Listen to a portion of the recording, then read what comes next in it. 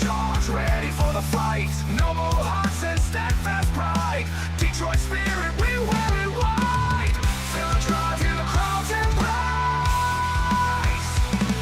Rock on, Detroit Lions will rise. With a heart full of dreams and the fire in our eyes. From the past to the future, we'll claim our own. In the home of the brave, we'll proudly have grown.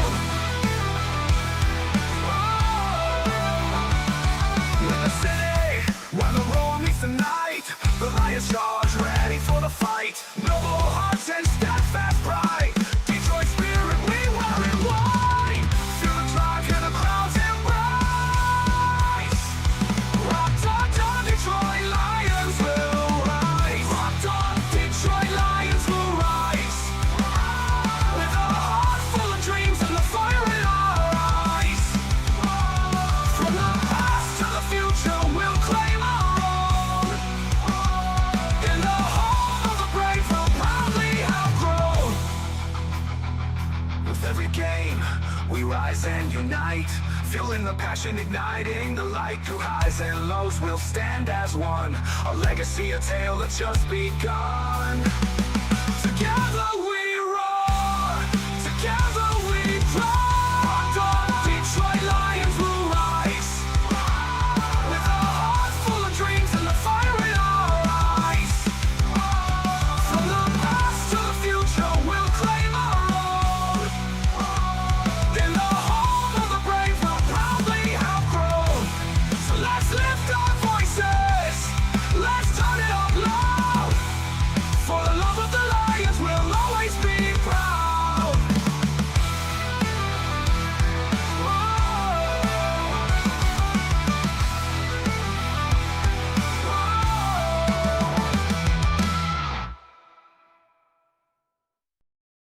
All right. Hey, welcome in, everybody. It is game day.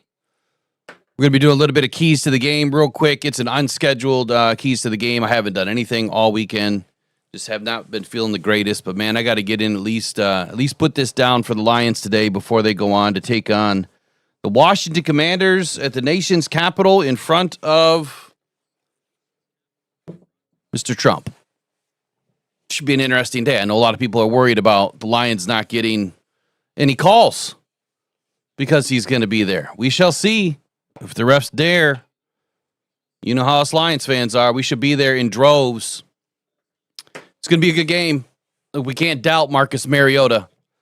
I know he has not played a ton, but I'm telling you right now, Marcus Mariota is not a quarterback that you could just let slide and let have free reign against this defense, especially a defense that has been playing well, but a defense that's also still missing some of its stable pieces or some of the better players like Kirby Joseph, who's now missing another game.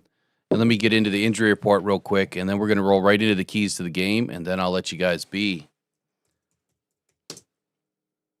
Grandma Trace, I see the name change. Is there something new? Are you a grandma now? Is that what I'm getting? Congratulations. It's exciting. I'm not ever looking forward to that day. Really not. Not yet. Like maybe another 10 years or so. Maybe another 10 years. Even then, I still wouldn't be ready. Inactives for today. Look, this is no surprise. Kirby Joseph is out. Jacob Sailors is a big miss. Pat O'Connor's out with a knee. He hasn't been playing well anyway, so honestly, that's not a big miss for us. Mekhi Wingo. Not sure what's going on with Mekhi, man. He's not stepped up yet this season. He's not playing well yet. Coming back from his knee injury, he just has not shown that he can stay on the field and can produce. And with his loaded of a defensive line room is that we have, it's going to be tough for him to crack a roster on game day. Last year, I thought he was playing pretty well until the injury. So this could just be a season of growth for him to where he just needs to kind of get it all rolling again next offseason, get through a full training camp, and hit the ground running. I'm still high on Mekhi Wingo. I think he's going to be a good player for us in a backup role, more of a rotational role. Quentin Jefferson, a newer defensive lineman that joined the Lions a few weeks ago. He was also inactive for today. And then Eric Hallett, one of our defensive backs, part of the Legion of Whom, is out for today. On the Commanders side, obviously Jaden Daniels, Terry McLaurin, linebacker Kane Medrano, tackles George Fant and Trent Scott, defensive end Jalen Holmes. Those are your inactives for the day. As far as your injury report goes, let's see. Obviously, Miles Frazier still out, coming back. You know, his clock was started along with Josh Paschal. Both of those guys are going to be a couple of weeks, maybe next week. It's a possibility. I wouldn't put it past the Lions to let him kind of sit and wait all 3 weeks and get him in there for that third game. We already mentioned Kirby Joseph, Pat O'Connor, Jacob Sailors. Taylor Deckard, questionable. Will be playing in this game. Craig Reynolds, questionable. May not be needed, but he'll be up for the game. Malcolm Rodriguez did not make it. From what I understand, he is not up for this game. Dan Skipper, questionable. Haven't heard anything else on him. Grant Stewart, questionable with a foot. He should be playing. Daniel Thomas should be playing.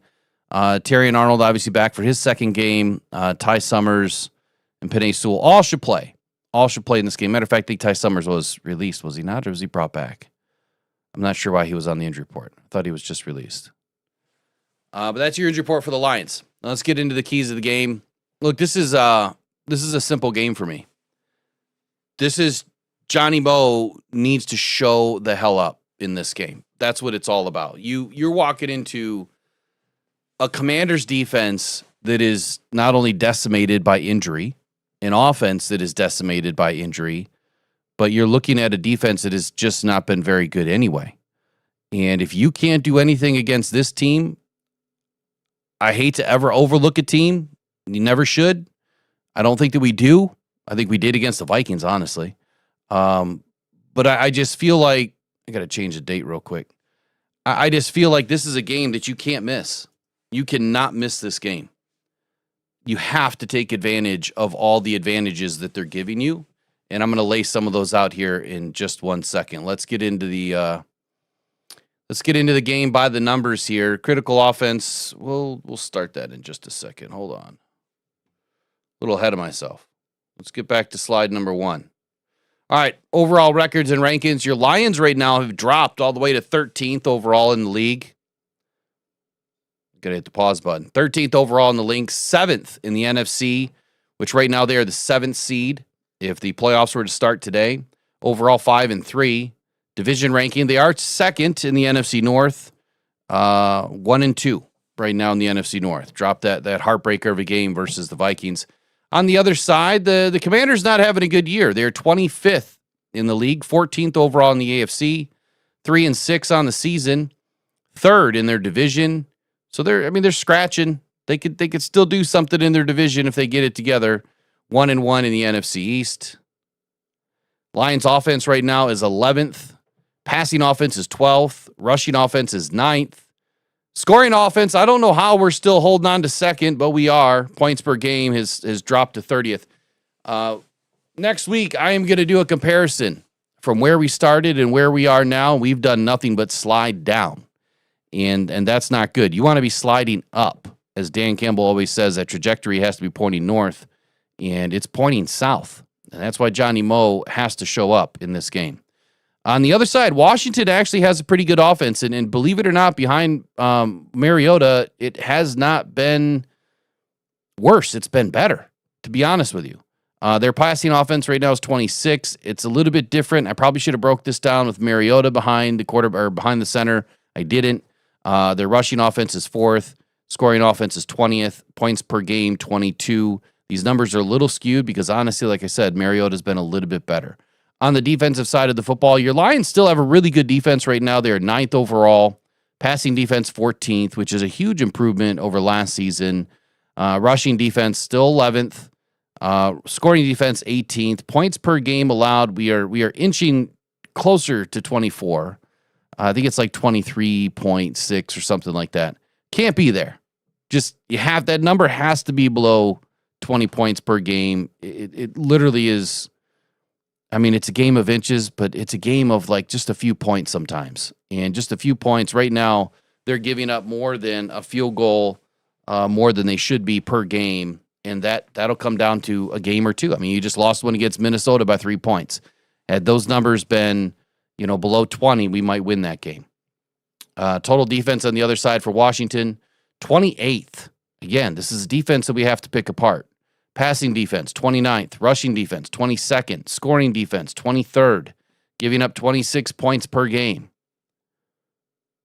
Defense week by week. So going back to week 9, as you can see, the Lions actually got a little bit better. 9th to 8th. Passing defense, 14th to 12th.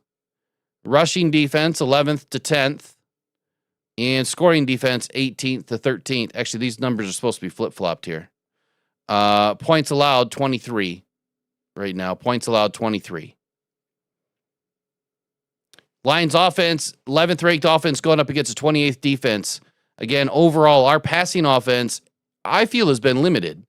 And going up against a 29th ranked passing defense, this is where Johnny Morton has to open it up. And I'm going to talk about one major key to the game today. And if Johnny Mo fails, I think his job is probably in big question come Monday morning. Rushing offense, 9th. Rushing defense, 22nd. Scoring offense going up against the 23rd scoring defense. Lions ranked 2nd in the NFL right now. Points per game, 30 to their 26 allowed. So as you're looking at this, you're looking at the numbers, you're saying, man, on paper, we are the paper tiger, or in this case, the paper lion. Man, we own it all. Defense. When you stack these two defenses up, we should be a better defense overall. 9th to their 6th. Passing defense, 14th to their 26th. Rushing defense, we are 11th. They are a good run defense team. Doesn't mean that we can't open it up. Doesn't mean that the Lions can't have success today, but they have been pretty good against the run. Scoring defense, pretty even, 18 to 20. Points per game allowed, again, fairly even. We're actually at 23 points per game allowed right now, not 24. Overall passing and rushing, Lions putting up 351 yards per game to their 329. Passing yards, 225 to their 189. Passing yards per attempt, pretty solid at 8 to their 7.1. And rushing yards per game, they are a damn good football team on the ground. And that is something that we're going to have to take care of today. It is one of their keys to the game and how they can beat the Detroit Lions today. Averaging 5.1 yards per carry is where we should be. We shouldn't be at 4.4. We should be a little bit better than that. When you get into the criticals, this is where you make your money. Red zone offense rank, we are 6th, but you let them get into the red zone and they are going to score. It does not matter if it's Mariota or Daniels. You let them into the red zone, they are going to score 77% of the time. And the Lions have been dropping every single week. We are down to 69%, which is still good. It's just not where you expect us to be. Red zone TDs per game, if you allow us into the red zone, we score 2.8 TDs per game. They score 1.9. Third down conversion rank, we are 25th in the league right now, and that is just terrible. For an offense that used to be so great on 3rd and 4th down, we are falling apart. They rank 14th. Our third down conversion rate has fallen all the way down to 36%. Looks like we got a typo in there. That should say 4th down conversion rate, 69%, and their 4th down conversion rate is only 46%. A lot of that relies on how many times they're getting into 4th down, too. Those numbers are a little bit skewed because if you're not getting into 4th down, well, your numbers aren't going to be that great, right? So it's all relative. It's all relative. Lions defense, red zone defense ranked 21st. The red zone TDs allowed rate, 63%. Red zone TDs allowed per game, 2.1. Our third down conversion rate allowed is 20th. Third down conversion rate is 37%. And we are on 4th down conversion, only allowing 46% of the time. So really good against third down, really good against fourth down. We could be better, but I think we're doing pretty good. When you stack it up against Washington, it's a pretty even matchup. When you look at this criticals versus our critical defense versus their critical offense, it's a pretty even matchup. The third down conversion rank, 15th to 20th. Third down conversion rate, they're getting 42% of the time. We're giving up 37%. And the fourth down conversion rate, 58% to our 46%. So we hold the edge, but it's a pretty even matchup. This is highly skewed just because Jared Goff's played in every game and Marcus Mariota hasn't. But what I will tell you when we get into the next slide, his passer rating is only 81.6 to Jared Goff's 115.2, but he's also missing some of his better players. He's got 7 drops on the season already and just about 88 snaps. He's throwing an even amount of touchdowns to interceptions, so I do expect the Lions to get their hands on at least one ball today, even with Kirby out. Season completion percentage, Jared Goff has slid all the way from 80+% down to 73.8. And I do believe a lot of that is the play calling and how that could be managed much better. But on the other side, Marcus Mariota, 63.6. And the last slide of the day. So I found this really interesting. Marcus Mariota has only played in about 88 snaps, right? And he already has over 40 explosive passes. If you look at the Lions plus 50 explosive pass attempts, the one pass attempt, that goes all the way back to week 2. We have not had a plus 50 explosive pass since week 2 of this season. And Marcus Mariota already has 1. As a matter of fact, we have 3 at plus 40. That number has stayed the same for 7 weeks. Plus 30 at 9, that number's pretty much been the same for 5 weeks. Now, Marcus Mariota already has a couple of each. And getting it at plus 20, he already has 8. When you do the numbers, he's getting about 40, I think it was about 45%. Jared Goff, right around 36% explosive rate. I don't get it, right? I just don't understand why we are not able to get more explosive in the pass game. But we're going to find out today. My biggest key to the game is exactly that. So Lions 6-3, heading into Washington 4-5, right? I must have had those wrong earlier, didn't I? I'm sorry, Lions 5-3. I even wrote this wrong. Heading into the Commanders, we've got renewed hostilities here in week 10. I gotta fix this. Can't let it sit out there too long. See, when you're sick and you're not feeling good, I'm typing stuff wrong. Not even proofreading it. Shame on me. Anyway, look, this game is huge for the Lions. This is a game we can't drop. Absolutely cannot drop this game. Arriving healthier in this game is big, right? This is a game last year, 2 totally different teams, different circumstances. You're coming off of a Lions team that was highly decimated, 20-plus injuries in the season, multiple starters going to IR, and none of them really coming back. This year, we're going into the game a lot healthier, and you would say that we have something to prove, but it's a different season. It's a different meaning. It's not the divisional round of the playoffs. You still want to wipe this bad taste out of your mouth, and the Lions will, but they're only going to do it if Johnny Moe allows them to. And I say that because this is a game where you have to have clear intentions on targeting what Washington is not able to protect. So erase the memory of last January. You have to control the line of scrimmage today. You have to fix the third down woes, and you have to rediscover the play action rhythm that this team used to have. Once defined our success, and now it is defining our failures. John Morton is on the hot seat with this fan base and may be coaching for his job against Washington. If Detroit wants to stay firmly in the NFC playoff race, they need to execute today, and they need to execute these keys of the game. By the way, today's keys of the game is presented on behalf of YOOPERLITES. And obviously, if you want to get ready for your Christmas stocking stuffers, now is a good a time as ever to check out YOOPERLITES.com and give them a shout out, man. Check out their website. They got all sorts of stuff to load up your favorite someone's stocking full of YOOPERLITES. Get into the rock hounding next spring. I know winter's here. It's kind of over, but you can get ready for next season. All right, the state of the Lions offense. The Detroit Lions entered this season with the reputation of being one of the most balanced and creative offenses in the league. And it's been built on a foundation of power run game, rhythm passing, and explosive play action concepts. The unit was expected to carry that, through the NFC race this season. They were expected to carry the same momentum from last year with whatever Ben Johnson was doing. Wasn't going to change. You heard it from Johnny Morton. We weren't going to change much. If anything, we were going to get more explosive.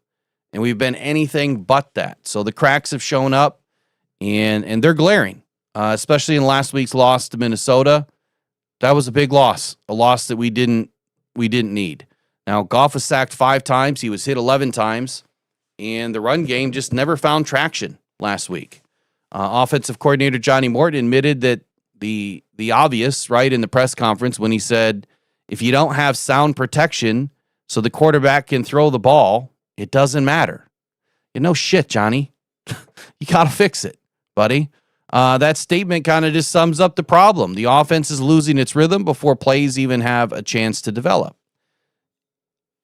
We have had some offensive issues, right? Offensive line injuries, and those have been a major contributor to some of the failures that we have had on offense. But that is where a offensive coordinator will have his fingerprints on making sure that your offensive line isn't going to inhibit what you're trying to do with the football.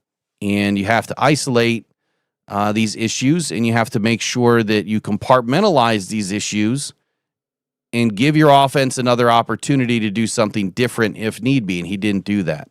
So these issues have just kind of lingered week after week after week. It's created a version of the Lions offense that feels very apathetic compared to the explosive, creative unit that fans have grown accustomed to over the last few seasons, especially under Ben Johnson. So Morton's system has been less aggressive, it's been less inventive, and far too conservative to be able to go out and win the games that we are expected to win. So where have the Lions offense failed? And quite honestly, it starts up front with protection breakdowns. The interior line injuries have left Goff exposed, forcing hurried throws, and it just kills the timing of the offense. Conservative play calling, too many second down runs into stacked box formations. It's been leading to third and long situations and third and very long situations more often than not. Detroit ranks 25th in third down conversions at 36.3%. That's not a place you want to be in. The vertical inefficiency. I don't think that there's anyone that hasn't noticed that the Lions are not going downfield. Goff has targeted vertical routes more often this year, which is crazy to me to think about. 14.2% of the attempts, his highest as a Lion. So when you're watching the game, you're like, what are we doing? Why are we not going downfield? But the numbers are telling us that he is going downfield. However, it's a lie. And I say it's a lie because you have to look at how many plays we're not calling, right? How many times we're not, having long drives, right? Our drives are getting killed early. So when you're running less plays or you're running the ball more at times, those numbers are going to be inflated. So it looks like we're going downfield more. We're really not. But anyway, Jared Goff's 44.1% completion percentage is the second lowest in 5 seasons. That's the problem. But why is it the problem? Well, hopefully we're going to find out. Play action decline. The usage has dropped from last season. It's been robbing this offense of its best tool for explosive plays.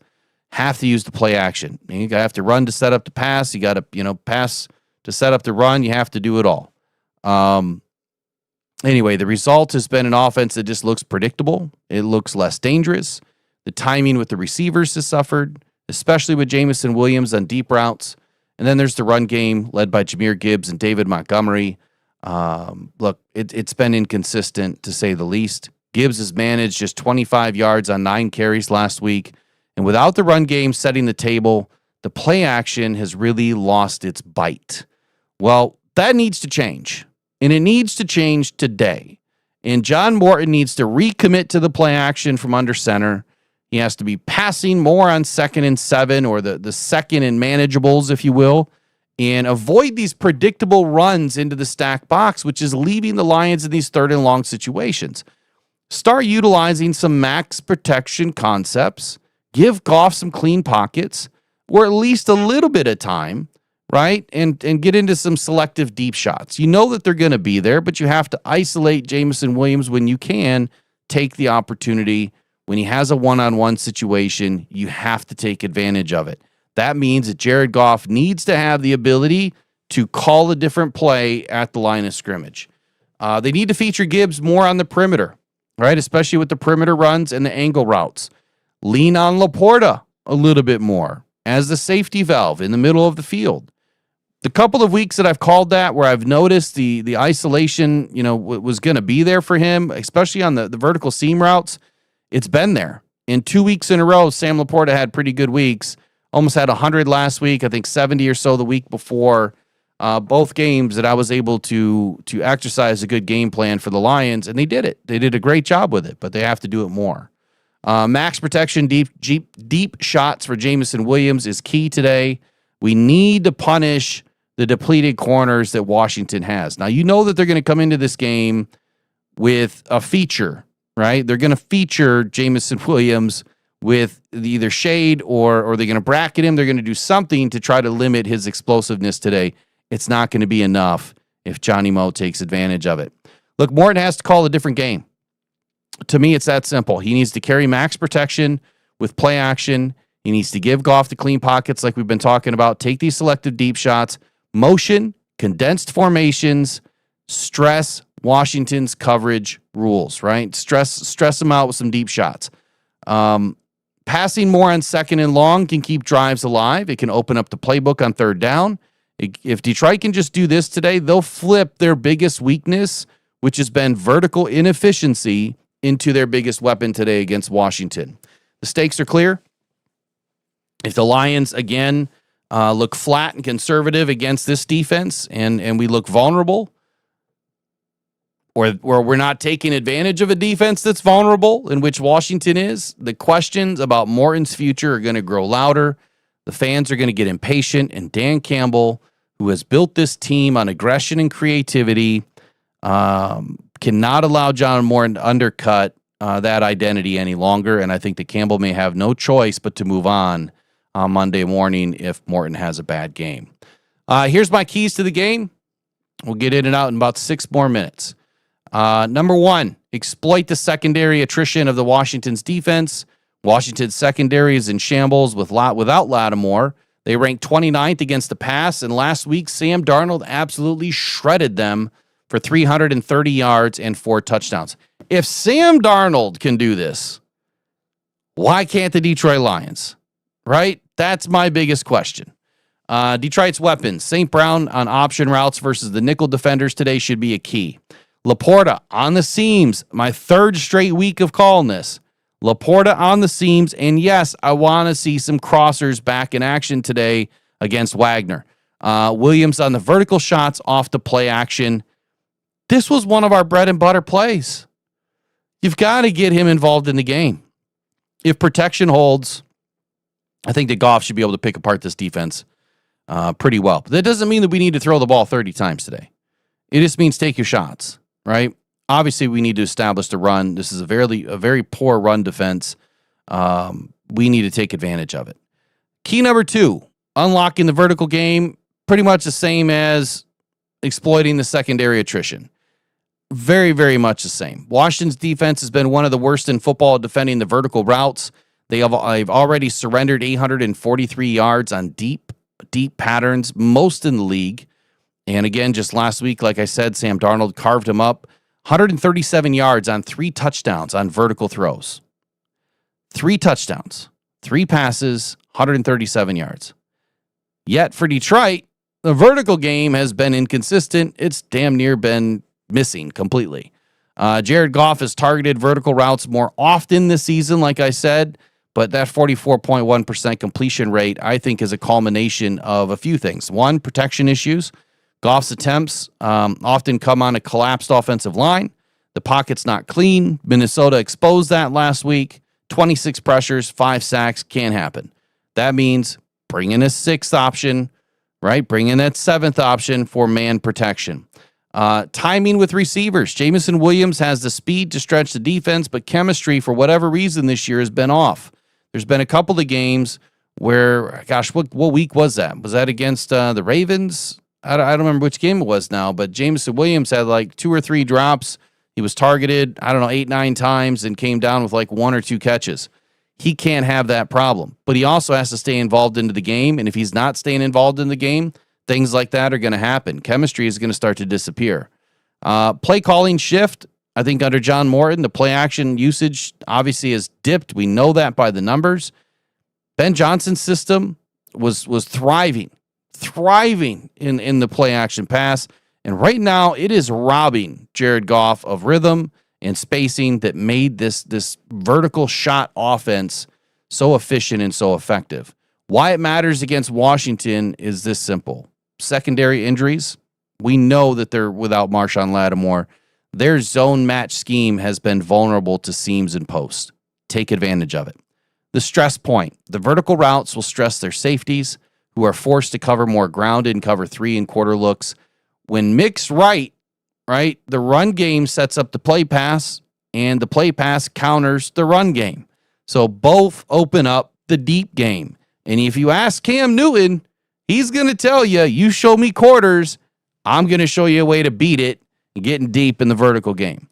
Let it fly today. Detroit can exploit this by using max protection against the play action and condensed splits and motion to isolate Jameson Williams or Sam Laporta downfield. It's time to let the ball fly. Okay? Just let Wilson go. Just let the ball go. Morton, you've got to dial it up today. I don't even care if it works. It should, but if you're not taking some deep shots today, Morton's going to have a bad Monday. I'm just telling you.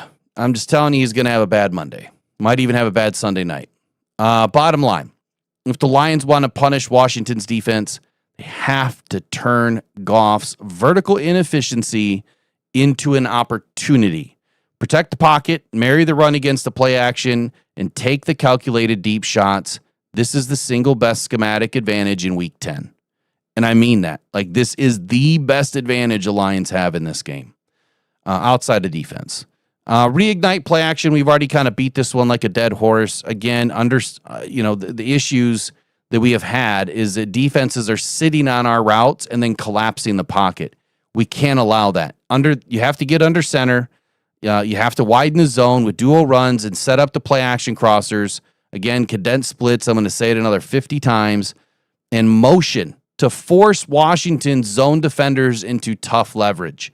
Max protection again. I'm going to say that probably 50 more times. Max protection. Like, we have legit weapons everywhere. You don't need to have all 5 free.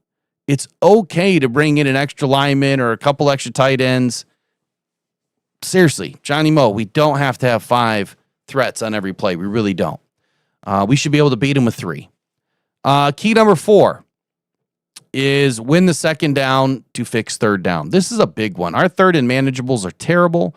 Our second and manageables are even worse. Detroit's third down struggles are glaring. 36.3% conversion rate, 25th in the league. Far too often we're facing 3rd and 7+, and that is not efficient football. That's not where you want to be. Because second down has been wasted so many times on low percentage runs or these little bubble screens or these quick hitch routes that never work, we're putting ourselves behind the sticks far too often. And we just can't do that. Washington's defense allows 6.4 yards per play on second and long. 6.4 yards per play. One of the worst marks in the league. If we can't get 6.4 yards per play or better today, it's all Johnny Moe then. I know I'm using his name a lot, but I know it's not this offense because they've been operating at a high level for a long time. This stuff they could do in their sleep. And for whatever reason, this year, something's just really changed. And the only thing that's changed is the common denominator. And that common denominator is Johnny Moe. Adjustments. Pass more on second and long. and use play action crossers, RPO glance routes, and get Gibbs on some of those angle routes that he does so well at. Use Laporta as a safety valve underneath. Keep those drives alive. Even if you hit him for a 5-yard, how many times have we seen Sam Laporta turn around, knife forward for a couple more? He should be able to get 7 on every play. Aim to create 3rd and 3, right? Or 3rd and 4. What are those? Those are the 3rd and manageables. Anything under 3rd and 6. Get into those 3rd manageables. We could still utilize, a lot of short yardage menu options here. We could even run on 3rd down like we used to. That used to be one of our bread and butters too. We were not afraid to run the football on 3rd down, especially if it's 3rd and 3. And depending on where you are in the field, if you're north of the 50-yard line, we're into 4-down territory. Key number 5 is 3rd down efficiency. Last week was just absolutely horrendous. 5 of 17 on 3rd down. That ranked 25th in the NFL. Last week, 5 of 17, and we also ranked 25th in the NFL through week 9.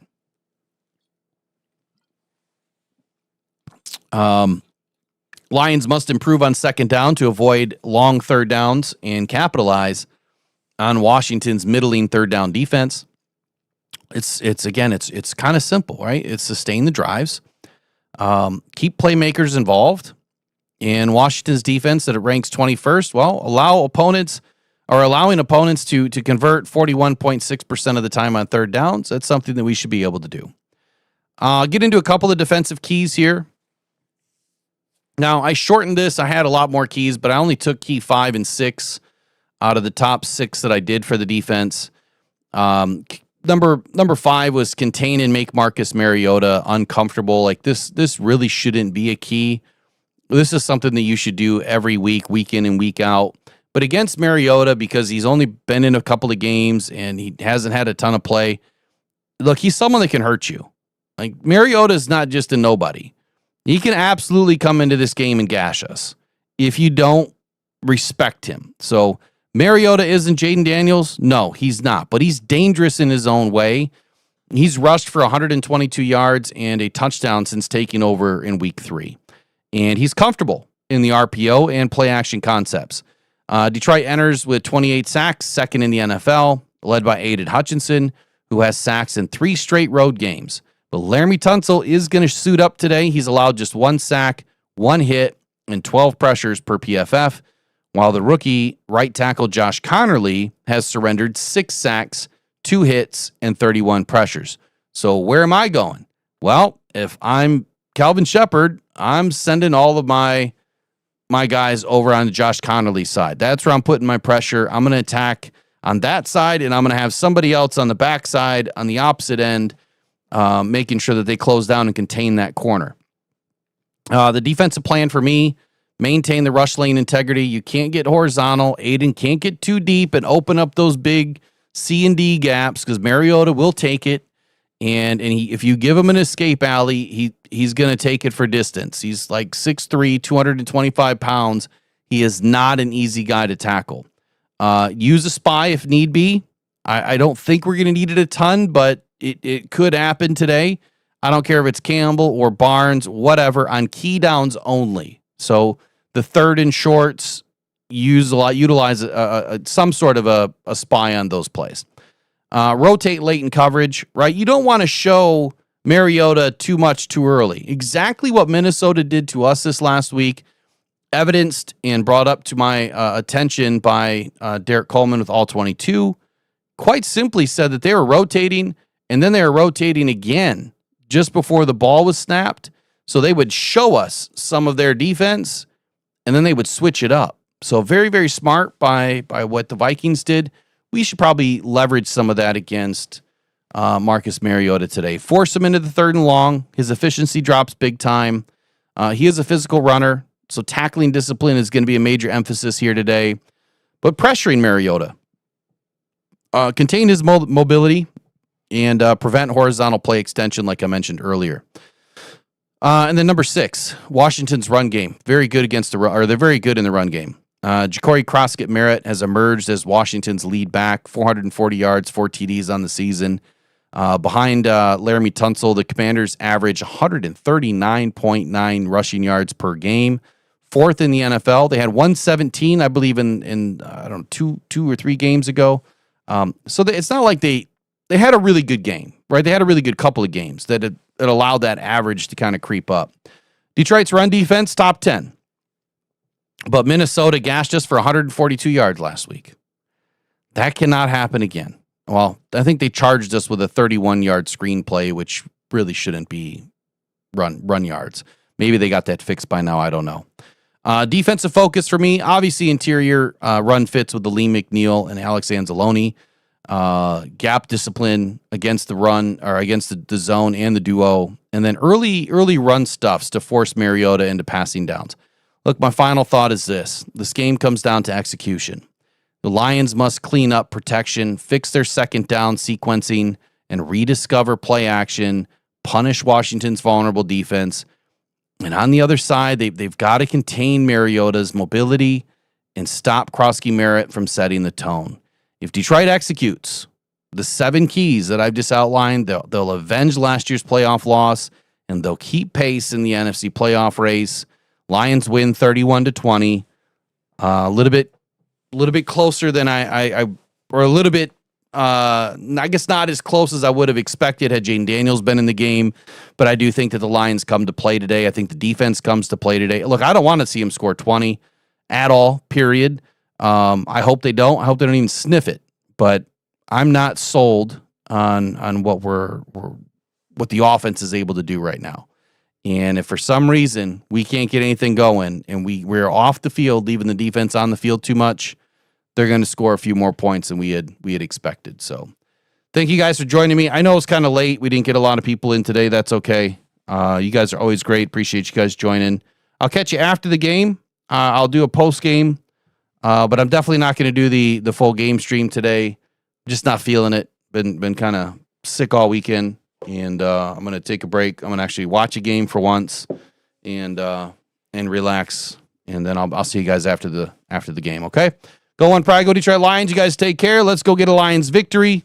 We'll see you guys after the game. All right. Adios.